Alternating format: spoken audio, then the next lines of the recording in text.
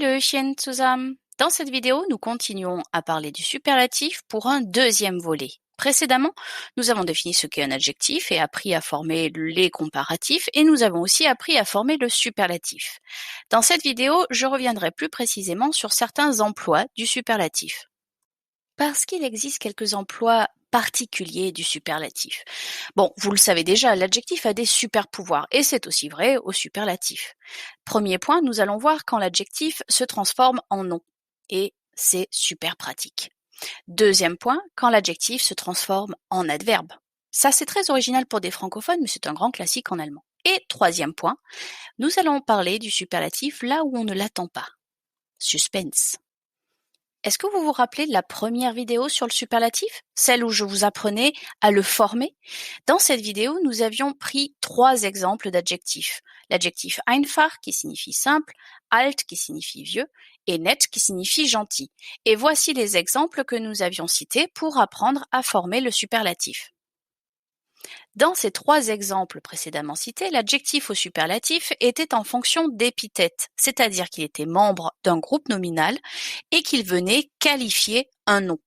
Comme dans la phrase « Ich bin die älteste Person im Klassenzimmer », je suis la personne la plus vieille dans la salle de classe, ou « Ich bin die netteste Person der Welt », je suis la personne la plus gentille du monde.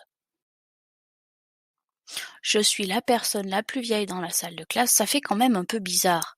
On aurait plutôt envie d'utiliser le superlatif dans sa forme substantivée, c'est-à-dire transformé en nom. Par exemple, je suis la plus vieille dans la salle de classe. Eh bien ça, c'est tout à fait possible en allemand aussi, grâce à une petite transformation. Il va tout d'abord falloir que j'enlève le nom à l'intérieur de mes phrases. Je n'aurai donc plus besoin du nom Person. Et deuxième transformation, étant donné que je transforme mon adjectif en nom, il lui faudra évidemment une majuscule puisque tous les noms ont une majuscule en allemand. Et cela donnera donc Ich bin die älteste im Klassenzimmer, ich bin die netteste der Welt. Venons-en maintenant à l'emploi adverbial de l'adjectif au superlatif. Oui, je sais, le titre fait un peu peur comme ça.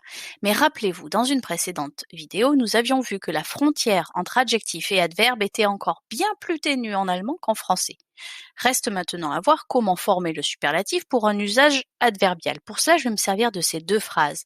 Ich lerne schnell, j'apprends vite. Ich dekliniere gut, je décline bien. Et les voici transformés. Vous voyez, c'est pas si compliqué. Il suffit de rajouter am juste devant et de rajouter sten à l'adjectif. Cela donne donc Ich lerne am schnellsten, ich dekliniere am besten. Troisième point, ce sont les superlatifs lexicalisés. Lexicalisés, ça veut dire qu'ils se sont figés tels quels et qu'on les retrouve sous une forme bien précise. C'est un peu les superlatifs là où on ne les attend pas. Je pense par exemple à des formes comme möglichst, qui du coup va pouvoir se combiner avec un autre adjectif. Er kam möglichst schnell, il est venu le plus vite possible. On peut aussi penser à best, ich suche die bestmögliche Lösung, je cherche la meilleure solution possible, ainsi que toute une série d'adverbes comme meistens, wenigstens, bestens, mindestens, qui contiennent en fait à l'origine du superlatif. Enfin, concernant le superlatif, on avait dit que la comparaison était implicite. Mais des fois, on a quand même un petit peu envie de préciser. Et voici les 2 principaux moyens pour réintroduire un élément de comparaison dans la phrase. Tout d'abord, on peut introduire un groupe nominal au génitif pour compléter. La grammaire est le sujet le plus passionnant du monde. Je mettrai donc die Welt au génitif, der Welt. Deuxième moyen, introduire un groupe introduit par la préposition unter. Là, en français, on traduirait par parmi toutes les langues. Unter allen Sprachen. Nous voilà à la fin de la vidéo. Est-ce que tout était clair? Si oui, bravo à toi. Si ce n'est pas le cas, n'hésite pas à la regarder encore une fois. Il ne me reste plus qu'à vous dire à bientôt. Tschüss!